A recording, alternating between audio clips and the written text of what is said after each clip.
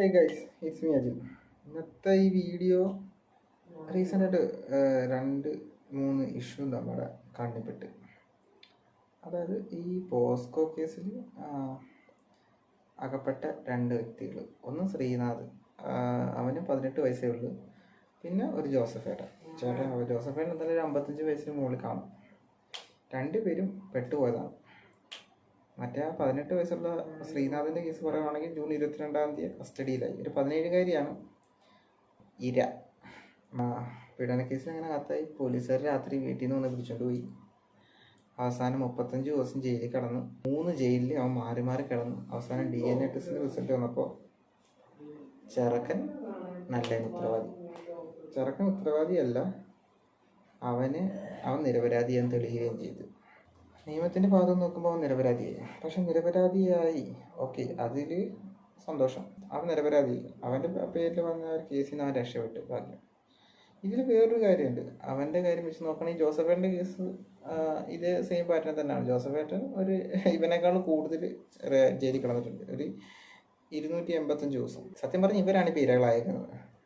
18 വയസ്സുള്ള ചെറുക്കനെ നോക്കുവാണെങ്കിൽ അവൻ്റെ വിദ്യാഭ്യാസം, അവൻ നാട്ടിലിറങ്ങി നടക്കണം, അവൻ്റെ ആ സമയത്ത് ചെയ്യാത്ത കുറ്റത്തിന് അവൻ്റെ ആ സമയത്ത് ആ സിറ്റുവേഷനൊക്കെ ആലോചിച്ച് ഭയങ്കര പ്രതികൾ 2 പെൺകുട്ടികൾ.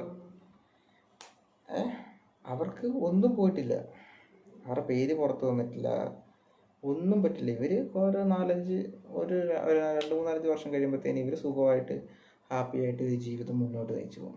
ഇപ്പോൾ ആ പയ്യൻ്റെ ശ്രീനാഥ് എന്ന് പറഞ്ഞ പയ്യൻ്റെ കാര്യം തന്നെ നോക്കി. അവന് 18 വയസ്സായിട്ടുള്ളൂ. അവന് എത്രത്തോളം ജീവിക്കാൻ കിടക്കുന്നു. അവൻ ഒരു ജീവിതം. അവൻ ഇനി ആൾക്കാർ ഇപ്പോൾ അവൻ പ്രതിയല്ല എന്ന് തെളിഞ്ഞാലും ആൾക്കാർ തമാശക്കാണെങ്കിലും എന്തെങ്കിലും ഒരു സിറ്റുവേഷൻ വരുന്ന സമയത്ത് ഇതൊക്കെ പറഞ്ഞിട്ടായിരിക്കും അവൻ നീ ജയിലിൽ കിടന്നവനല്ലടാ, നീ ഒരു പോക്സോ കേസ് ജയിലിൽ കിടന്നവനല്ലടാ, ഇങ്ങനെയൊക്കെ തന്നെ ആയിരിക്കും ചോദിക്കുന്നത്. ഇപ്പോൾ ജോസഫേട്ടൻ പറയാൻ ഇത്രയ്ക്ക് പ്രായമായി. തമാശക്കാണെങ്കിലും അല്ലാണ്ടാണെങ്കിലും ഒരു സിറ്റുവേഷൻ അല്ലെങ്കിൽ ഒരു ഇഷ്യൂ ഉണ്ടാകുന്ന സമയത്ത് ഇതൊക്കെ ആൾക്കാർ നോക്കും. അല്ലെങ്കിൽ ലൈഫ് ലോങ് ഇവർ ഈ ഭാരം കൊണ്ടു നടക്കണം. അവർക്ക് സത്യം പറഞ്ഞാൽ നിയമപരമായിട്ടുള്ള നീതി കിട്ടി, അല്ലാണ്ട് എന്ത് നീതിയായിട്ട്. അതായത് എല്ലാ കേസും ജെനുവിനാണ് എന്നൊന്നും ഞാൻ പറയുന്നില്ല. ജെനുവിനായ കേസും ജെനുവിനാകാത്ത കേസും ഒക്കെ ഉണ്ട്. ഈ ജെനുവിനാകാത്ത കേസിനകത്തൊക്കെ പെട്ടുപോയവർക്ക് എന്ത് നീതിയാണ് കിട്ടുന്നത്? ഒരു നീതിയും കിട്ടുന്നില്ല. ഇതുപോലത്തെ പിന്നീട് ഹാപ്പിയായിട്ട് ജീവിക്കുകയും ചെയ്ത് പെടുന്നവരിങ്ങനെ നാണം കിടക്കും. ജോസഫേട്ടൻ്റെ അവസാനം പറഞ്ഞൊരു വാക്ക് ചതിയല്ല, അവർക്കൊരു ബുദ്ധിമോശം സംഭവിച്ചതാണ്. അപ്പം അദ്ദേഹത്തിന് ചെറു പുഞ്ചിരിയോടെ കരച്ചിലോടെ